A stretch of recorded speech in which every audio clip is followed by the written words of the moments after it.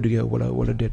d'accord léegi xamal li leen tuuti ci démb poste bi Babacar Touré def bi titre sénégalais yu bari nee na j'informe l'opinion publique qu'un groupe de 3 personnes détentrices d'une carte de police viennent de débarquer chez moi. Ils ont violé la sacralité de mon domicile et fouillé le premier étage de mon domicile où se trouvait mon personnel de ménage, n'est-ce pas? Après mu ne ensuite ils sont montés au premier étage me chercher en tambouriant à la porte et me força à sortir. Donc foofu en mën nañ ne rapport de force am na fa. non xam nga police bu ñuy interpeller nit. bu fekkee ne yaa ngi ci biir Gueye Para ancien kii la xam naa. police créé bruit. voilà donc ñoom bu ñu ñëwee sax bu ñu lay interpeller même bu fekkee ne da nga tëj sa bunt dañuy dóor. maanaam bu ñuy dóor dañuy continuer di fëgg ba keroog bi ngay ubbi li nga xamante ne moo di porte bi. c'est leur manière de procéder, c'est leur méthode. d'accord donc loolu lañ koy léegi ma daaneel mu ne je ne sais pas ce qu'il cherche mais je tiens à faire savoir je ne me laisserai pas faire. waaw xam nga Thioro man dama ne négligence dafa am. perquisition mënuñu ko bañ parce que kenn ku si nekk da nga war a donc se soumettre. à l'autorité de la loi à l'autorité de la police. police mën na def perquisition mais si kaw mu am mandat boo xam ne nii juge bi moo ko joxe wala c'est la loi c'est une autorité désignée par la loi. donc doyul nga ñëw ne c'est la police. mais lan moo jox mandat nga ñëw de perquisition. waaye nga ne c'est la DIC. waaw mais dama ne carte bi ça ne suffit pas ça ne suffit pas c'est-à-dire que ça c'est une erreur boo xam ne vraiment c'est une erreur fatale. je dis que war nañ mën a def perquisition c'est tout à fait normal mais il faut qu'on ait mandat pour faire perquisition. ñu ne ñun kër lii la ñu jot bataaxal bi moo waral ñu ñëw def fouille sa kër. d'accord su boobaa aussi ki nga xam mooy Babacar xam na lu yoon. dana plier wu bàyyi leen ñu def seen liggéey. mais je ne peux pas concevoir nga débarquer donc chez autrui mu nekk violation de domicile. nga def lu la ne di wax c'est la police loolu je ne peux pas comprendre. d'accord donc on a évité le pire li nga wax parce que usage de force la doon kii. il pouvait répondre par donc ce qu'on appelle la provocation. d'accord et il y a ce qu'on appelle l'excuse de provocation. donc bu ci fenn. man jàpp ne excuse de provocation la. donc erreur yu demee nii encore une fois sunu police bi li leen xamee woon mooy xarañ. donc perquisition bu amee il faut mu am ordonnance du juge ou bien en tout cas une autorité désignée par la loi. ñu mën a ñëw ki ni de perquisition aussi ñu xamal ko ne ko ñun on a reçu mandat. mu bàyyi leen ñu def seen liggéey ni mu waree. donc ñoom it dem. parce que dañu war a respecter yelleefam. mais mënuma comprendre ñu ne dañu jaawle donc on s'est trompé de cible. donc là vraiment c'est une erreur donc war nañ rectifier wu. demander pardon. donc ki nga xam mooy Babacar ak famille de manière officielle xam ne dañoo juumoon mais lii aussi mu bañ a am si li nga xam ne mooy sunu réew. d'accord mais le pire bu naroon a am c'est vrai que amul et tout ça mooy l'homme en question était armé mooy Babacar Touré mi ñu jaawale c'est vrai que génnee woon na arme bi et tout ça pour yow lan moo fa mënoon am ak arme bi lan la mënoon jël bu doon am na leneen lu fa xew est-ce que mën nañ ni légitime défense la wala genre. waaw xam nga légitime défense moom déjà man arme bi lay wax xam nga nit ki am nga donc yoon bu la may nga usage de port d'arme mais est-ce que am nga également l'usage de s'en servir xam nga yooyu yëpp paramètres yooyu dafa war a mën a réunir conditions yooyu pour nga mën a jël sa arme def lu la neex donc fekkee ñee aussi doonoon ko jaay doole di ko buntu wax daal bu boobaa aussi mën na répondre moom la lay wax sànq ne la excuse de provocation war na mën a am parce que quand on est provoqué on peut répondre à la provocation te boobaa c'est un fait justificatif en droit pénal donc mais mënuñu wax légitime défense parce que légitime défense il faut qu'il y ait agression donc et riposte mais ba léegi loolu amu fa donc man li may ñaawlu mooy ni en tant que ay professionnels ni ñu ñëwee ci këram sans pour autant ñu wone kayit bi nga xam ne ni permettre na leen ñu mën a def perquisition erreur bi foofu la amee donc foofu donc waa DIC ñoo def erreur boobu xam nañ éléments yi ñëwoon këram mais nanu jéggalu ki nga xam ne nii mooy victime bi jéggalu famille am te lu mel ni ëllëg aussi waratul mën a am parce que donc ça peut créer ce qu'on appelle l'irréparable.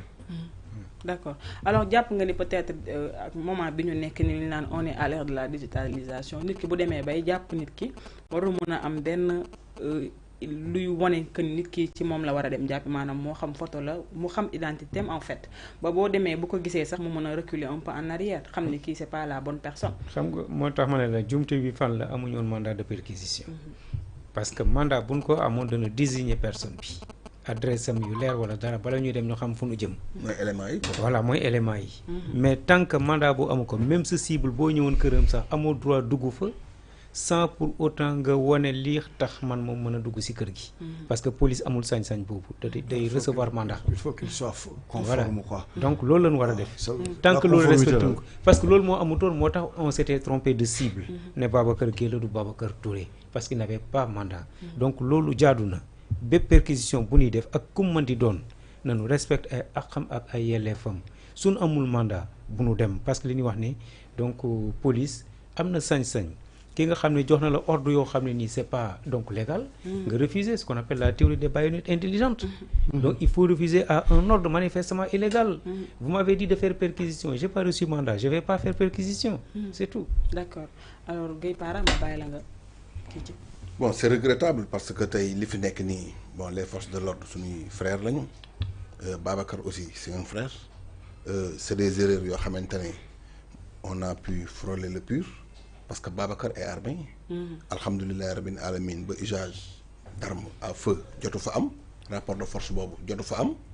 mu nekk ku dal aussi parce que bi ñu fëggee ak yuuxu yeeg dal yeeg ak sa gars yi sama gars yi ni ñuy songee état moom tamit Babacar bi nekk ci kaw xamul ndax ñeneen ñi nga xamante ne ñoom ñoo ko bëggoon parce que réew mi on est dans benn insécurité totale boo xamante ne tey notoire tey jii chaque jour nga dégg fii crime wala meurtre Babacar Touré du tey rek la mës a nekk cible boo xamante ne tey dafa am ñu koy fexel saboté nañ fa otoom mu dem ba côté yoonu Kaolack pneu yëpp jekki-jekki naaw Babacar Touré ñaata yoon la jot ay menaces de mort tout le temps mi ngi koy jot loolu sax dafa nekk loo xamante ne ci viam la bokk. man bu yàgg dafa mel ni dama xam lii barki dem rek man toog naa di waxtaanam ne ko Babacar ma ne ko na nga xool baax sa sécurité xoolal ni ngay déplacé woo te tout le temps na nga garder say arrière man wax naa ko loolu avant lii di am. lan moo tax ma wax ko loolu parce que dafa am réew mi dafa am ci ñu mu nekkoon te Babacar góom yi muy laal ñooñu ils vont pas se laisser faire ay dossiers yu tàng la yoo xamante ne bu ko tegee ci taabal ji seen kaso xaj na ci wala sama waay ay milliards yu bëri yi xaj na ci te c'est des gens yoo xam ne ay saay-saay lañu yoo xamante ne ils sont pas seuls ku ne xam nga ne képp koo xam ne borom xaalis bi nga nekk ci ay lobby nekk ci ay dispositions yoo xam ne am na ci ay yenn journal d'investigation bu laalee sa mbóot mais sa waay kooku sa cible la donc kooku bu lu mel ni amee ci këram ba tax moom mu jël armam xam na boppam ut nga armam tey ji su fekkee ne coup de feu dafa jotoon a génn avant ñuy accéder ci moom mais moom première réaction mooy damay riposter ci policier bi njëkk ñëw sama tey kon bu ñu deful woon attention tey jii le pur mënoon na fi nekk ñu naan am na fi temps de mort décès am na ci yàlla nañ ci yàlla musal mais nag mënoon na xew aussi parce que ngay dugg ci kër nit goo xamante ne déjà yow police balaa ngay déplacé wu au moins war nga am ay éléments yoo xamante ne police daawul opérer noonu ñoom balaa ñuy dem ci kër nit am nañ say photo lu yàgg xam nañ sa itinéraire xam nañ sa adresse xam nañ sa kër xam nañ say numéro de téléphone xam nañ say contact xam nañu ñan nga amal affaire. kon da nga jàpp ni y a quelque chose dedans. man xaw ma ndax mais sénégalais lambda laa damay réagir. erreur mën na am. mën nañ def erreur mais man erreur la boo xamante ne man jusqu'à preuve du contraire man du ma ko accepter parce que un Babacar Touré ak un Babacar Gueye yoo xam ne ñoo niroo oto du raison pour nga mën a dem directement rek kër Babacar Touré commencé def fouille léegi li ma bëgg a xam est-ce que bi Babacar Touré tëllee xool dañ ko ne non du yow c'est pas lui wala dañu continuer di fouiller. man pose question boobu vraiment jotuma ko laaj Babacar Touré parce que foofu. mais est-ce que noo du yow boobu bu amoon dina génne armam. parce que non parce que moom àll chauffeur yi ak coow li ni muy amee ci kër gi escalier beeg bruit bi ni muy génne. mais réaction bu normal la man su ma amoon arme sama kër tamit j'allais faire comme Babacar Touré mais noo du yow boobu est-ce que bu doon am na fa exactement dina moom dina. waaw voilà voilà moom est-ce que dina gëm ni carrément ni ay malfaiteurs lañ et tout ça. parce que Babacar xamul woon ne ñoom ay policiers lañu il a fallu ñu génnee seen carte brandir ko plus tard mais tey jii. la carte a été montrée en bas. ci suuf mais moom ci kaw avant de monter xam nga Babacar mën na nekk ci kaw te gisuñu carte am. tout à fait gisu ko. donc foofu échauffourée boobu heureusement bon fetal tàkku fa. bi ñu ñëwee commencé fa man kañ li ma bëggoon xam est-ce que bi ñu ñëwee ba Babacar présenté wu ñoom dañuy si saa si dañu excusé wu ñibbi. wala dañu continuer seen situation bi li ko décanté mooy ba ñu defee signal bi dafa am ñu seen kilifa ñooñu ñëwoon ci kër gi seen kilifa moo joxe renfort pour ñu mën a calmer la situation. donc c'est ça en fait. voilà donc daal c'est regrettable. et ñi ngi ñaan lu mel ni bañ a amati même bu dul Babacar Touré. honnête citoyen bu ñuy dem di perquisitionner këram daal vraiment waruñu toog ba naan dañ koy jaawale wala léet. D'accord. parce que jaawale même pas jaawale boobu am na ci côté boo xamante ne mais famille bi tey jii nit ñi opinion bi ak ñi mu dëkkal am na loo xam ne porte na atteinte à son jaawale bi dafa bëri rëq-rëq quoi dafa bëri rëq-rëq. voilà dafa am na porte nañu atteinte si honneur am ak intégrité morale am. parce que tamit atteindre nañ ko. parce que tey jii ñëpp dañ naan kii kat Babacar Touré baadu trafiquant la. Babacar Touré baadu dafa luubal. D'accord. baadu dafa def ni baadu xam nga rek. nit ku nekk nit nga. dëkk bi dafa ñàng. bu ñu jékki-jékki rek gis police garde ak seen arsenal gaare seen oto patami ñëw kërën mais lu ne mënoon na fa xew.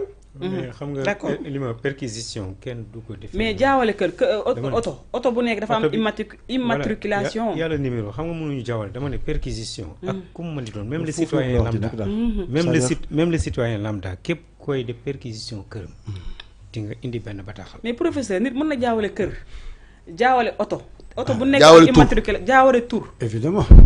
dama ne ci biir. ki ngay dina jaawale. xam nga élément yooyu. jaawale non, motif. je dis que perquisition bi soxla woon élément yooyu sa oto wala dara. motif d'arrestation. li ñu amal importance mooy perquisition sa kër lañ koy def dafa am lu nuy xool. loolu ñoo tax ñuy perquisition mën nañ ñëw nag à l'improviste. Tout à fait. mais nañu indi bataaxal bi wane ne ñun dañu ñëw pour des perquisitions. D'accord. parce que dañ ñoo yebal. man képp koo xam yebalul la amoo sañ-sañ dugg sama kër. amoo sañ-sañ dugg sama kër même d'habitude li ma même kër gi nga loué borom kër gi bala muy ñëw sa kër da lay tàggu. seen nekk sax bu doo faa dugg. amoo si benn droit ñëw sa kër da tàgguwul la. dëgg man la. dàq naa fa un huissier. donc c'est très important. lu bette la huissier buy ñëw dafa am bataaxal bu amul lay wan. huissier amul jour kayit férié. amul dara mu Donc ñëw loolu sama moo kër ma dàq ko ci voilà biti. loolu amul arrestation amul férié.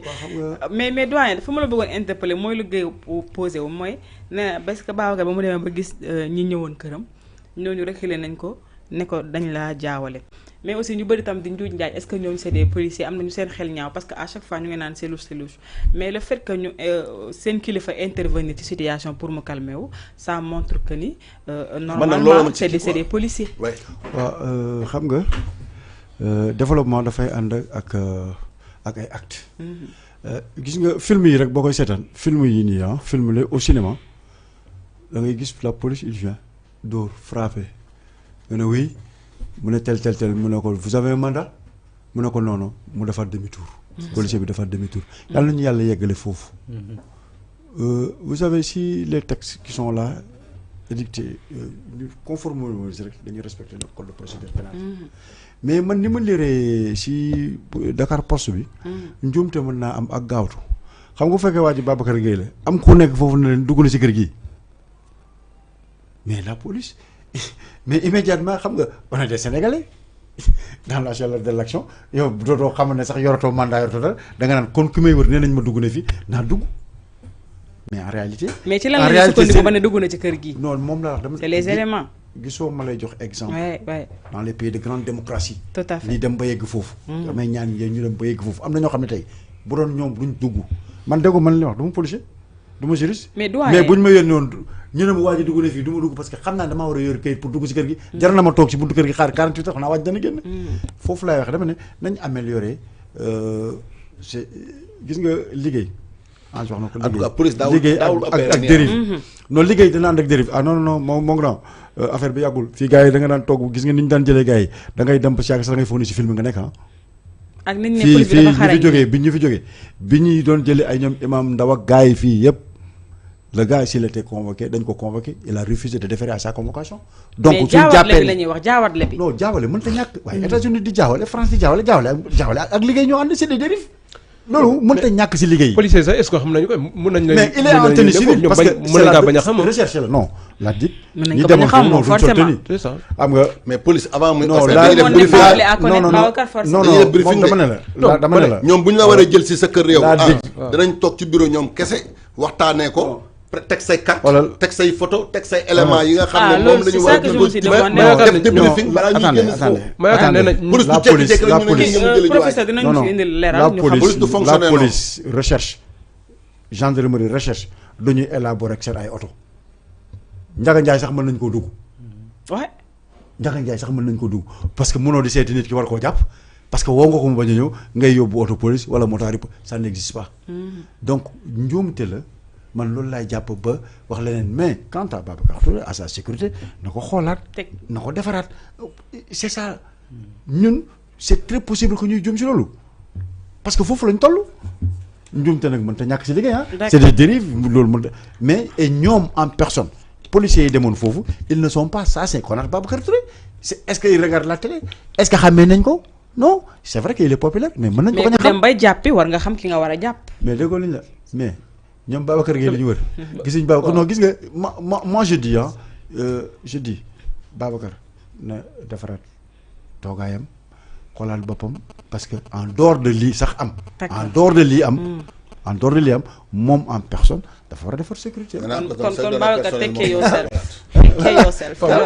man je pense que loolu moo gën a man loolu laa gis ko mu jël li nga xamante ne moo di ay matukaay même lii bu amuloon mu sécuriser ses arrières parce que aussi c'est des policiers comme que ci biir kër gi ñoom dañoo ñëw ñu ne leen mu ngi ci biir kër gi peut-être que ñoom xamuñu ko sax mais bu ñu demee ba jàkkaarloo ak moom dañu mën a xam ne du kii lañ doon wër donc dañoo ñëw rek ñu ne leen caméra de surveillance yi voilà xam nga man tey mun naa ñëw fii di kéwloo fii ni ñu ne ma coro fii lay liggéey ma ñëw rek ñu ne ma coro fii lay liggéey fii mooy kéwlo ma ñëw dugg si rek ci biir kéwlo coro lay wër mais su ma ñëwee jàkkaarloo ak ki nga xamante ne moo di Marisane naa wax ne non du kii mooy coro du kii lay wër ki may wër nii ak nii la mel comme que mu ngeen ci biir kër gi ñoom ñëw nañu dem se sont présenté ñi nga xamante ñoom lañu njëkk a gis ñu ne leen diw la ñuy wër bu ñu yégee peut-être que bu ñu jàkkaarloo ak Babacar xam nañ ne finalement di kii lañ doon wër xam naa ne bu ñu ko gisoon nii ci mbir bi muy dox wala bu ñu ko gisoon nii à distance nañ mën a xam ne du kii mooy ki nga xamante ne moom mooy di Babacar léegi nag li nga xamante ne moom moo ci am solo mooy il n'a qu'à surveiller ses arriérés xool fu muy teg tànkam loolu d'accord alors lan la ko yoon may exactement actuellement pour mu def ko non seulement ci fagaru wala daal lu ko yoon may ci liñ ko jaawalee ba ñëw fekk ci këram yéeg ci kaw fouillé bi et tout ça waaw mais xam nga loolu moom bu doon topp c'est la responsabilité de l'État parce que la police c'est un service public c'est un démembrement de l'État oui.